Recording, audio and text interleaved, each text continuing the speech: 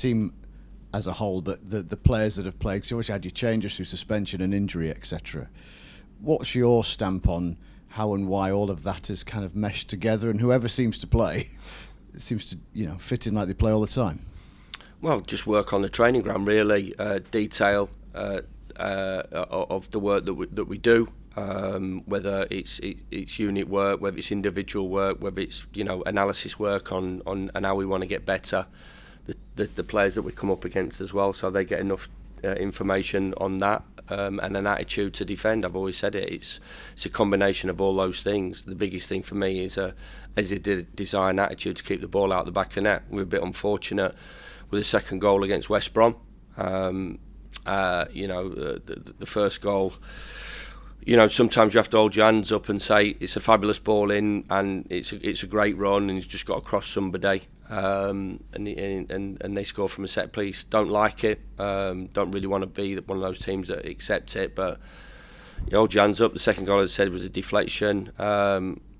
They put us under a little bit of pressure. A couple of moments first half from Millwall's point of view, but generally, our attitude to be defenders first and foremost is key, and that's what we talk about. That's the message that goes to them before every single game. Yeah, forgive me, slightly tongue-in-cheek, but is that part of the due diligence? Because a lot of players nowadays, defenders, fancy himself as wingers or midfielders, all that kind of thing.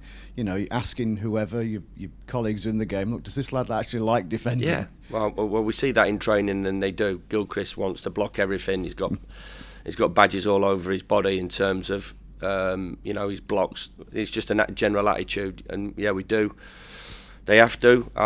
The game has moved on, and people talk about playing out from the back and defenders being good in possession to control and start building from the back. We want to do that. I think you've seen us play enough times. Andy now, even on Wednesday night, we want to play out from the back and control that and start stuff from there. So they have to be good on the ball, but first and foremost, and everybody's got a job to do. Wide players, getting back recovery runs, midfield players shutting off passing lines, recovering runs, 10s and 9s, getting into good defensive positions. So it comes from the shape of the team, but ultimately, the back four and the goalkeeper, we judged on clean sheets, stopping crosses, and that unit work. So a lot goes into it, but as I always say, their attitude towards it is the key first and foremost.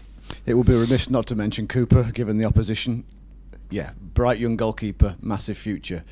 But the numbers, they're extraordinary, aren't they? He personally hasn't conceded a goal at Bramall Lane yet.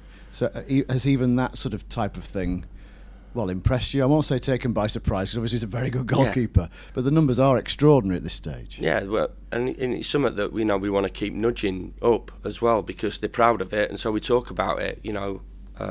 We've worked hard to get in this position. From the stats point of view, the players have worked extremely hard. Their attitude to learning as well, and attitude to work on the training ground is good. We want to protect him as much as possible, but as we said, when he has to come up with a big save, he comes up with a big save. I'm not so sure he's had to in the last two games, really. So it's a testament to the work that goes on ahead of him. But that was me.